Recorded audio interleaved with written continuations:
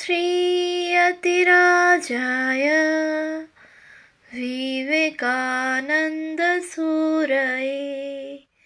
सच्चित्सुखस्वरूपाय स्वामिने तापहारिणे। পূজনীয় স্বামী অবচেতনানন্দজির লেখা স্বামীজির পদপ্রান্তে গ্রন্থ থেকে পাঠ, পৃষ্ঠা সংখ্যা 235। স্বামী আত্মানন্দ। আত্মানন্দের গুরু ভক্তি ও গুরু বাক্যে বিশ্বাস ছিল অনন্য সাধারণ। বরাবরই তিনি নিরামিষাশী। মনে হয় এ সংস্কার তাহার বেশ প্রবলই ছিল।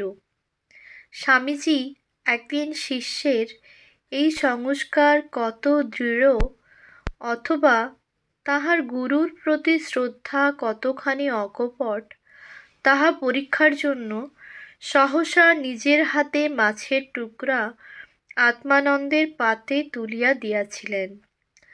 গুরুদেবের প্রসাদ জ্ঞানে শিষ্য নিঃসংকোচে ও পরম শ্রদ্ধার সহিত সেই মাছ গ্রহণ করিতে উদ্যত হইলে স্বামীজি সংস্কারমুক্ত শিষ্যের ভক্তিতে প্রীত হন এবং তাহার নিষ্ঠার খুব প্রশংসা করিয়া উহা ভঙ্গ করিতে নিষেধ করেন। স্বামী আত্মানন্দের জীবনের সর্ববিধ সিদ্ধির মূলে ছিল তাহার অগাধ বিশ্বাস, অবিচল গুরুভক্তি। একদা স্বামীজি তাহার নিজের সম্পর্কে নানা উদ্ভট ও কৌতুকপূর্ণ কতকগুলি মন্তব্য করিয়া সরল শিষ্যকে পরখ করিবার জন্য বলেন, ভেবে দেখ, তবুও কি আমাকে তুই গুরু বলে মানবি? আত্মানন্দ মুহূর্ত না বিলম্ব করিয়া উত্তর দিয়াছিলেন, আপনি যা খুশি বলুন, যা ইচ্ছা করুন, আমি জানি আপনিই আমার ইহকাল পরকাল। পরিণত বয়সে তাহাকে প্রায়ই বলিতে শোনা যাইত, গুরুবাক্যে ও বেদান্ত বাক্যে বিশ্বাস সাধু জীবনের শ্রেষ্ঠ সম্বল। এই উভয়ের মধ্যে গুরুবাক্যে বিশ্বাস অধিকতর প্রয়োজন। গুরু শিষ্যের সম্পর্ক কত যে মধুর ও তাৎপর্যপূর্ণ হইতে পারে তাহা স্বামীজির সন্নিধানে আত্মানন্দকে দেখিলেই অনুভব করা যাইবে। শিষ্যবৎসল স্বামীজি এমনই বালক স্বভাব ছিলেন যে নিজেও শিষ্যদের সহিত অনেক সময়ে অন্তরঙ্গ বন্ধুর ন্যায় মেলামেশা করিয়া তাহাদের জীবনের অতি খুঁটিনাটি বিষয়গুলিকেও মার্জিত ও পরিশোধিত করিয়া দিতেন। অবশ্য আচার্য পুরুষদের লক্ষণই এইরূপ। আত্মানন্দের মধ্যে তাহার শ্রী গুরুর যে সুন্দর প্রতিবিম্বটি পরবর্তীকালে সকলকে মুগ্ধ করিত, ইহা তাহার সাধন জীবনে লব্ধ একান্ত গুরু সাহচর্যেরই ফল। এই প্রসঙ্গে একটি ঘটনা স্মরণীয়। আত্মানন্দের নিজের বিছানাপত্র বা কাপড়জামা খুবই বাহুল্যবর্জিত এবং নিতান্ত সামান্য ছিল চিরকাল, অথচ দেখা যাইত যে খুব পরিষ্কার পরিপাটি একটি শয্যা তিনি নিত্যই খুব নিষ্ঠা সহকারে রচনা করিয়া রাখিতেন। তাহার নিজের দৈনন্দিন জীবনযাপন ছিল খুব কৃচ্ছতাপূর্ণ, অথচ অকারণ কেন এত যত্ন করিয়া বিছানা পাতিয়া রাখেন, ইহা সকলেরই বড় বিস্ময়ের বস্তু ছিল। একবার জিজ্ঞাসিত হইলে সজল চক্ষে তিনি বলিয়াছিলেন, বেলুড় মঠে স্বামীজি মাঝে মাঝে এসে আমার বিছানায় গড়াগড়ি দিতেন। তাহার দেহান্তের পরেও একদিন স্বপ্নে দেখলুম তিনি আমার বিছানায় শুয়েছেন।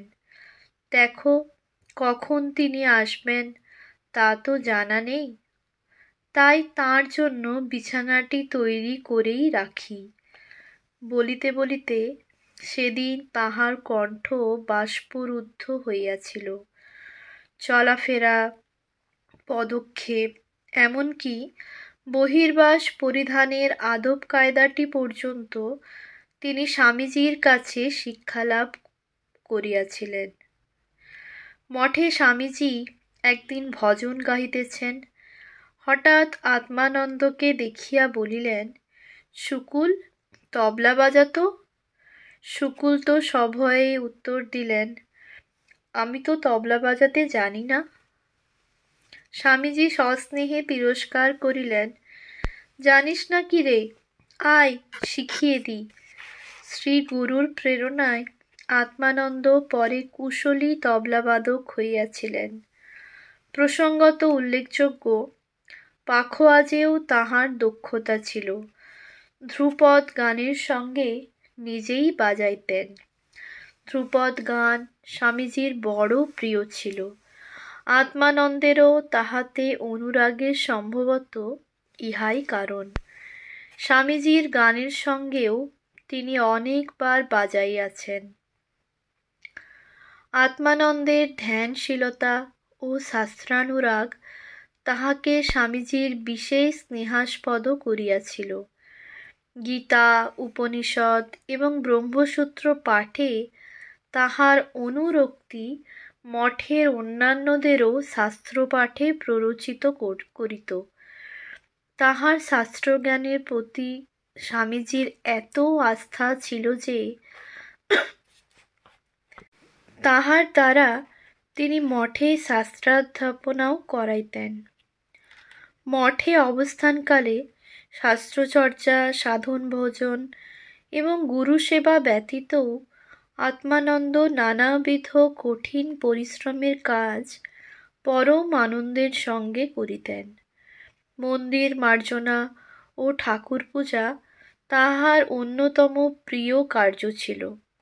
সারাদিনের কঠোর শ্রম ও পূজা পাঠাদি করিয়াও দিনের পর দিন সাধুদের সেবার নিমিত্ত রাত্রে কয়েক সের আটা ঠাসিয়া রুটি বেলিতে তাহাকে কেহ অপ্রসন্ন দেখেন নাই। উদ্বোধন পত্র পরিচালনার ভার তখন স্বামী ত্রিগুণাতীতানন্দজির উপর ন্যস্ত ছিল। আত্মানন্দ কিছুকাল এই কার্যে ত্রিগুণাতীত মহারাজের সহকারী ছিলেন। সাহিত্য ও ব্যাকরণে তাঁর অগাধ পাণ্ডিত্য ছিল। পরবর্তী জীবনেও দেখা যায় মহাকবি গিরিশচন্দ্র রচিত গ্রন্থাদি, বিশেষ তাহার নাটকগুলি আত্মানন্দ কিরূপ তীক্ষ্ণ দৃষ্টি লইয়া অধ্যয়ন ও ব্যাখ্যা করিতেন। গিরিশবাবু রচনার বৈশিষ্ট্য বলিতে গিয়া তিনি বলিতেন, অত বড় কবি। গিরিশবাবুর অধিকাংশ নাটক ভাব মুখে লেখা। ভাবের তোড় এলে তিনি বসে যেতেন, আর দু তিনটি লেখক তা লিখে নিতেন। শেক্সপিয়ারের ম্যাকবেথ নাটকে একটু দার্শনিক ভাব দেখা যায়, আর গিরিশবাবুর নাটকের ছত্রে ছত্রে গভীর দার্শনিক ভাব আছে। আবার ইহাও বলিতেন, মানুষ কত নিম্ন থেকে কত উচ্চে উঠতে পারে, কত অসৎ ভাব থেকে সৎ ভাবে যেতে পারে। তার দৃষ্টান্ত যেমন সহজ সরল মর্মস্পর্শী ভাষায় গিরিশবাবুর নাটকে লিখিত, তেমনটি অন্য কোনো গ্রন্থে পায়নি। স্বামীজির মুখে তিনি বাংলা সাহিত্য বিষয়ক নানা প্রসঙ্গাদি শুনিবার সৌভাগ্য অনেকবার লাভ করিয়াছেন। একবার মঠে ঐরূপ একটি আলোচনা চক্রে স্বামীজি উপস্থিত যুবক সাধুদের প্রশ্ন করিয়াছিলেন, আচ্ছা বলো তো, মাইকেল মধুসূদন দত্তের কোন বইখানা শ্রেষ্ঠ?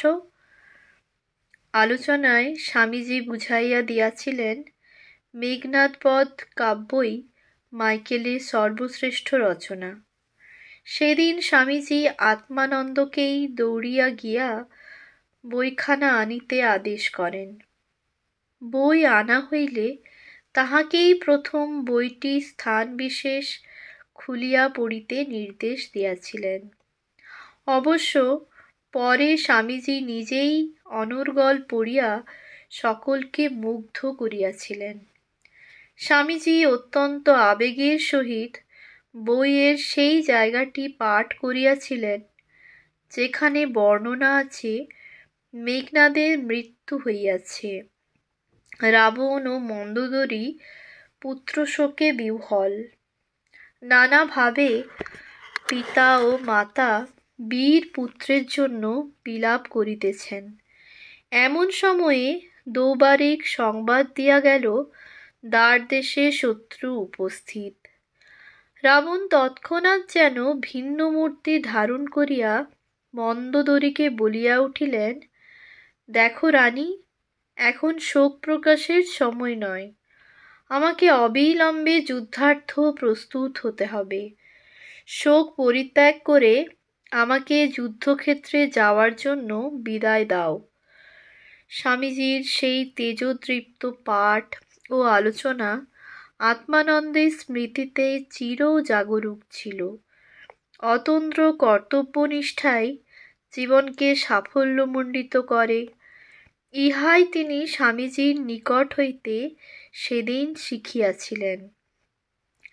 স্বামীজির স্মৃতি প্রসঙ্গে এই ঘটনাটিও তিনি খুব উচ্ছ্বাসের সঙ্গে বর্ণনা করিতেন। 1902-এর 4 জুলাই তাহাকে প্রচণ্ড এক আঘাত হানিয়াছিল। স্বামীজির লীলা সংবরণে গুরুগত প্রাণ আত্মানন্দ শোকে ক্ষোভে মুহ্যমান হইয়া পড়িয়াছিলেন।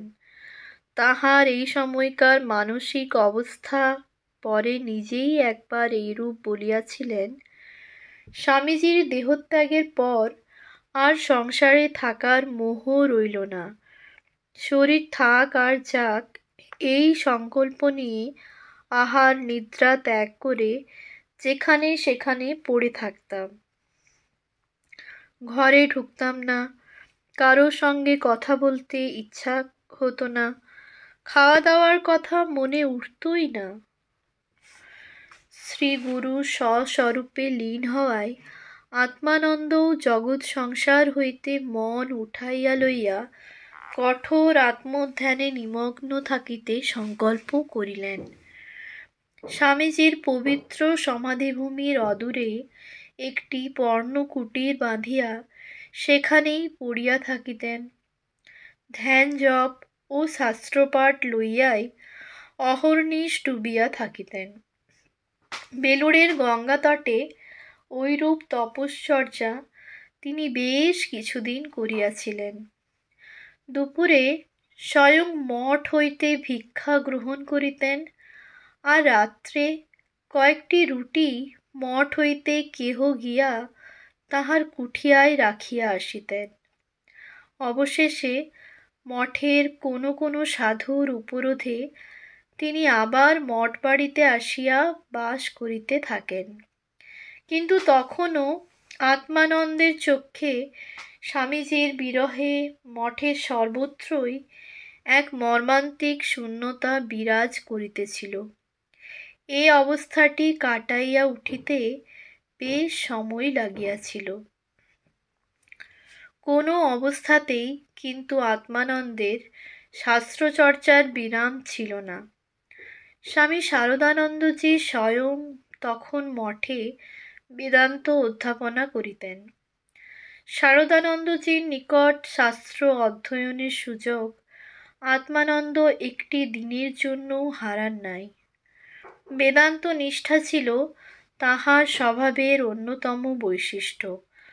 নিতান্ত নিজের গুরু বলিয়াই কি স্বামীজির অদর্শনে আত্মানন্দ এতখানি কাতর হইয়া পড়িয়াছিলেন? অথবা এই আচার্য শিষ্যের মাঝে আরও কিছু রহস্য সূত্র আছে, তাহা কে নির্ণয় করিবে?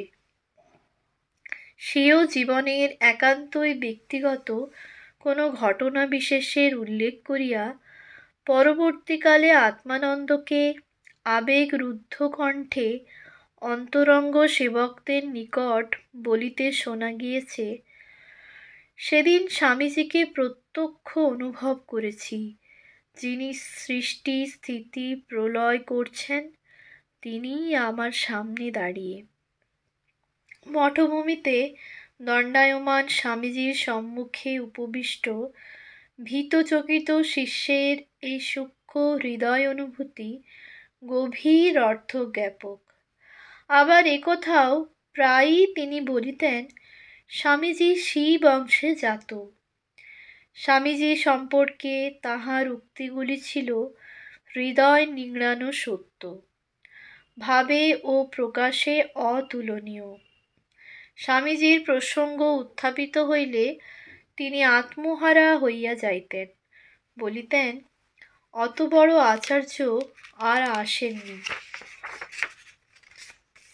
সন্ন্যাসী আত্মানন্দের জীবন কর্মবহুল না হইলেও শ্রী রামকৃষ্ণ বিবেকানন্দ ভাব প্রচারের ক্ষেত্রে তাহার কর্মসাধনা কিছু কম গুরুত্বপূর্ণ ছিল না।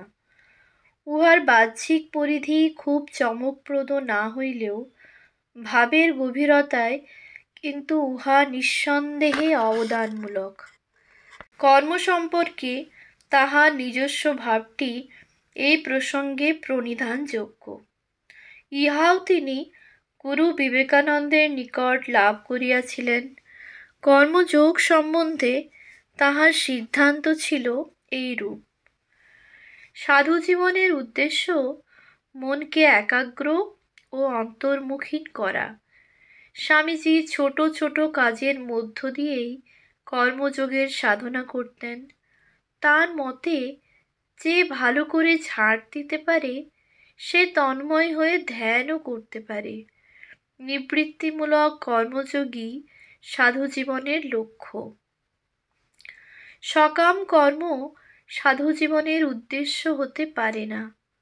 কর্ম যদি কর্মীর অন্তরের অহং ভাবকে নাশ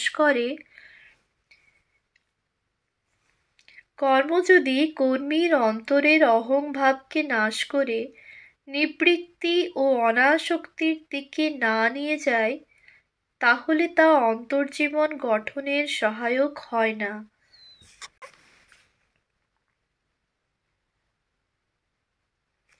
জন সাধন তন সিদ্ধি। উপায় বা সাধনা ঠিকমতো হলে সিদ্ধি স্বতই আসে। এই হচ্ছে প্রকৃতির নিয়ম ও সৃষ্টির রহস্য। আর এই হলো কর্মযোগীর আদর্শ। আত্মানন্দের নিজের জীবনে কর্মযোগের এই আদর্শটি অভিব্যক্ত হইয়াছে। 1904 খ্রিস্টাব্দে স্বামী রামকৃষ্ণানন্দজির ইচ্ছানুসারে তাহাকে মাদ্রাজ মঠে কর্মীরূপে যাইতে হয়। বৃহত্তর কর্মক্ষেত্রে সম্ভবত সেইবারই তাহার প্রথম পদক্ষেপ। এখানে উল্লেখযোগ্য, 1903 খ্রিস্টাব্দের 7ই মে হইতে তিনি রামকৃষ্ণ মঠের অন্যতম ট্রাস্টি এবং মিশনের কার্যনির্বাহক পরিষদের অন্যতম সদস্য মনোনীত হন। ব্যাঙ্গালোরে তখন রামকৃষ্ণানন্দজির পরিশ্রমে, প্রচারে ও প্রভাবে বেশ কিছু সংখ্যক লোক ঠাকুর স্বামীজির ভাবে আকৃষ্ট এবং তাহাদের চেষ্টায় তথায় একটি আশ্রমও স্থাপিত হইয়াছে। কিন্তু একা রামকৃষ্ণানন্দজির পক্ষে মাদ্রাজ ও ব্যাঙ্গালোর এই উভয় স্থানের কর্ম পরিচালনা কঠিন হইয়া উঠিতেছিল। জিজ্ঞাসু ভক্তের সংখ্যা ক্রমশই বৃদ্ধি পাইতেছিল। তাহাদের জন্য নিয়মিত শাস্ত্রাদির অধ্যাপনা ও ধ্যান ধারণাদির উপদেশ প্রদান রামকৃষ্ণানন্দজির পক্ষে উপযুক্ত সহকারী ব্যতীত অসম্ভব হইয়া দাঁড়াইল। অবশেষে তিনি আত্মানন্দের উপরই ব্যাঙ্গালোর আশ্রমের ভার সম্পূর্ণভাবে অর্পণ করেন। নবপ্রতিষ্ঠিত এই আশ্রমের পরিচালনা উহার সর্ববিধ সংগঠনমূলক কার্য এবং উহাকে কেন্দ্র করিয়া ঠাকুর স্বামীজীর ভাবাদর্শ প্রচার তাহার কর্মজীবনের এক উল্লেখযোগ্য অধ্যায়। ব্যাঙ্গালোরে স্থায়ী আশ্রম প্রতিষ্ঠার মূলে আত্মানন্দের ন্যায় ত্যাগী, শাস্ত্রজ্ঞ ও কর্মযোগীর সাধনা রহিয়াছে বলিয়াই উহা আজ মিশনের একটি বিশিষ্ট কর্মকেন্দ্রে পরিণতি লাভ করিয়াছে। স্বামী আত্মানন্দকে স্থানীয় প্রাচীন ভক্তেরা অদ্যাবধি অত্যন্ত শ্রদ্ধার সঙ্গে স্মরণ করেন। এই শ্রদ্ধা তাহার বাং নৈপুণ্য বা প্রচার কুশলতার জন্য নহে, তাহার সাধু চরিত্র, মাধুর্যময় ব্যক্তিত্ব এবং ভগবন্নিষ্ঠ জীবনযাপন প্রণালী ইহার কারণ। আত্মানন্দের বাগ্মিতা ওজস্বিনী হইলেও বক্তৃতাদি তিনি বিশেষ দিতেন না। তাহার বক্তৃতাদির সংখ্যা যদিও খুবই কম, কিন্তু চিন্তাশীলতার দিক হইতে ভাষণগুলি উদ্দীপনাপূর্ণ। প্রবুদ্ধ ভারত ও তদানীন্তন ব্রহ্মবাদীন পত্রে তাহার কিছু কিছু ইংরাজি ভাষণ তখন প্রকাশিত হইয়াছে। তাহার সেসব প্রবন্ধ সংকলিত হইয়া কখনো পুনঃপ্রকাশিত হইলে অধ্যাত্ম জিজ্ঞাসুদের পক্ষে পরম উপাদেয় হইবে সন্দেহ নাই। স্বামী শারদানন্দজি আত্মানন্দকে আমেরিকায় বেদান্ত প্রচারকরূপে প্রেরণ করিবার জন্য বিশেষ আগ্রহ প্রকাশ করিয়াছিলেন। এমনকি ব্যাঙ্গালোরে তাহাকে তার করিয়া এই প্রস্তাব জানানোও হইয়াছিল, কিন্তু বিদেশে যাইতে তিনি সম্মত না হওয়ায় প্রস্তাবটি কার্যকর হয় নাই। যাহা হোক, প্রায় 6 বৎসর অতিরিক্ত পরিশ্রমের ফলে স্বাস্থ্য ভঙ্গ হওয়ায় তিনি ব্যাঙ্গালোর আশ্রমের কর্মভার ত্যাগ করিয়া বিশ্রাম লইতে বাধ্য হন। এখানে উল্লেখযোগ্য, আত্মানন্দের প্রিয় গুরু ভ্রাতৃদ্বয় বোধানন্দ এবং বিমলানন্দ ব্যাঙ্গালোরের কাজকর্মে তাহাকে কিছুকাল সাহায্য করিয়াছিলেন। অবশেষে 1909 খ্রিস্টাব্দে তিনি ব্যাঙ্গালোর হইতে অবসর গ্রহণ করেন। 1910-এর সূচনাতেই আত্মানন্দের জীবনে এক পরম শুভ যোগাযোগ উপস্থিত হইল। শ্রী শ্রী মা দক্ষিণ ভারতের তীর্থাদি দর্শনে আগমন করিয়াছেন। মায়ের রামেশ্বর দর্শনের উদ্দেশ্যই মুখ্য ছিল। স্বামী রামকৃষ্ণানন্দের ব্যবস্থাপনায় জগজ্জননীর সঙ্গে তাহারও ভাগ্যে রামেশ্বর দর্শনের সুযোগ ঘটিয়া গেল। তীর্থ পরিক্রমা অপেক্ষাও জীবন আরাধ্যা ইষ্টদেবীর পূর্ণ সন্নিধি লাভ মাতৃভক্ত আত্মানন্দের এক পরম আকাঙ্ক্ষণীয় বস্তু ছিল। দক্ষিণ ভারত ভ্রমণ প্রসঙ্গে শ্রী শ্রী মা ব্যাঙ্গালোরেও 7 দিনের জন্য পদার্পণ করিয়াছিলেন। তীর্থাদি পরিক্রমা করিয়া শ্রী শ্রী মা মাদ্রাজ হইয়া পুরীতে কয়েকদিন বিশ্রাম লইয়া কলিকাতায় পৌঁছিয়া বেলুড় মঠে আগমন করেন। আত্মানন্দও মায়ের সঙ্গে মঠে ফিরিয়া আসিলেন। এই তীর্থভ্রমণের স্মৃতি তাহার হৃদয়ের মণিকোঠায় আজীবন সযত্নে রক্ষিত ছিল। জননীর প্রিয় সন্তান শুকুলের মাতৃভক্তি অন্তরে উপলব্ধি করিবার বিষয়, উহা ভাষায় প্রকাশ সম্ভব নহে। তাহার উত্তর জীবনের প্রাণস্পর্শী ঘটনা এখানে স্মরণযোগ্য। তখন তিনি ঢাকা মঠের অধ্যক্ষ। শ্রী শ্রী মা লীলা সংবরণ করিয়াছেন। মায়ের পূতাস্থি ঢাকা মঠে নিত্য পূজার উদ্দেশ্যে প্রেরিত হইতেছে। পূতাস্থি তখনও আসিয়া পৌঁছায় নাই। বেলা দ্বিপ্রহর গড়াইয়া যাইতেছে। মাতৃভক্ত শুকুল মায়ের আগমন প্রতীক্ষায় ঘর বাহির করিতেছেন। সেদিন তাহার কি ভাব! মুখে চোখে যেন দিব্য জ্যোতি ফাটিয়া পড়িতেছে। কি একটা আবেশে, যেন অফুরন্ত কোনো আনন্দের প্রত্যক্ষ সংস্পর্শে অনাহারে উপবাসে বসিয়া আছেন। তাহাকে দেখিয়া একজন অজ্ঞাত অপরিচিত ব্যক্তিরও মনে হইয়াছিল, আহা, মাতৃহারা শিশু বুঝি এতদিনে তাহার মাকে আবার ফিরিয়া পাইবে। আশ্রমের ভাণ্ডারে নির্দেশ দিলেন, মায়ের জন্য আগে হইতেই যেন ভাত রান্না করা না হয়। হাঁড়িতে জল ফুটিতে থাকিবে। আশ্রমে মা পৌঁছিলেই তবে চাউল ছাড়িতে হইবে। পথশ্রান্তা মা যেন আসিয়া গরম গরম আহার করিতে পারেন, তাহারই জন্য দরদি সন্তানের এই ব্যবস্থা। সকলে জানিত পুতাস্থি আসিতেছে। আত্মানন্দ কিন্তু মায়ের প্রত্যক্ষ আগমনী অনুভব করিয়া রোমাঞ্চিত হইতেছিলেন। সত্যই যখন পবিত্র অস্থিপাত্র মঠ ভবনে আনিত হইল, তখন আত্মানন্দের অশ্রুসিক্ত রক্তিম বদন দেখিয়া উপস্থিত কাহার না বোধ হইয়াছিল যে মা আজ হইতে এই আশ্রমে নিত্য অধিষ্ঠিতা হইলেন। সেই দিনের এই ঘটনার প্রত্যক্ষদর্শী যাহারা, তাহারা ভাগ্যবান সন্দেহ নাই। একবার কিছুকালের জন্য ভুবনেশ্বরে তিনি চাতুর্মাস্য করিয়াছিলেন। তখনও সেখানে মঠ স্থাপিত হয় নাই।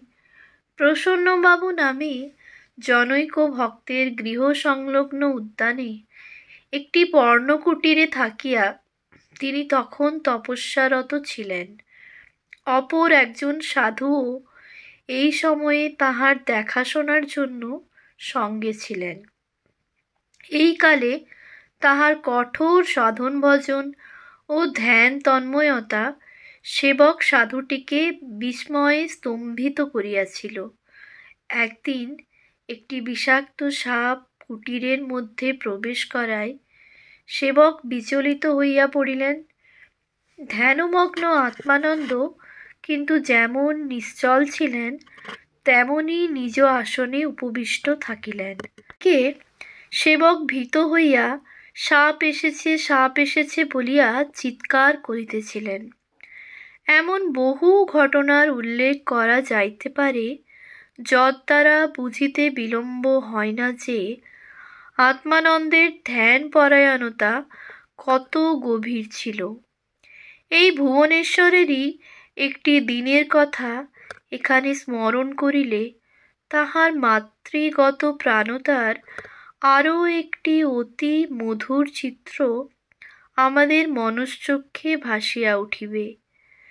একদা মহাষ্টমীর গভীর নিশীথে মাতৃভক্ত সন্ন্যাসী সন্তান শ্রী শ্রী মায়ের প্রতিকৃতির সম্মুখে নিজ হস্তে প্রস্তুত পায়েসের বাটি ধরিয়া বালকের ন্যায় একাকী রোদন করিতেছেন। গণ্ড বহিয়া অশ্রু বন্যা বহিয়া চলিয়াছে, আর বলিতেছেন, মা, করেছ সন্ন্যাসী, কি দিয়ে আর তোমার পূজা করি। মায়ের সঙ্গে সন্তানের এমন সকরুণ আলাপ অগোচরে কেহ কখনো শুনিয়া ফেলিলে তাহারও প্রাণে ভক্তির তরঙ্গ খেলিয়া যাইত। উৎস: ব্রহ্মলীন স্বামী আত্মানন্দ, স্বামী করুণানন্দ, উদ্বোধন, অগ্রহায়ণ 1330। ওম শান্তি শান্তি শান্তি। হরি ওম তৎসৎ। শ্রীরামকৃষ্ণার্পণমস্তু।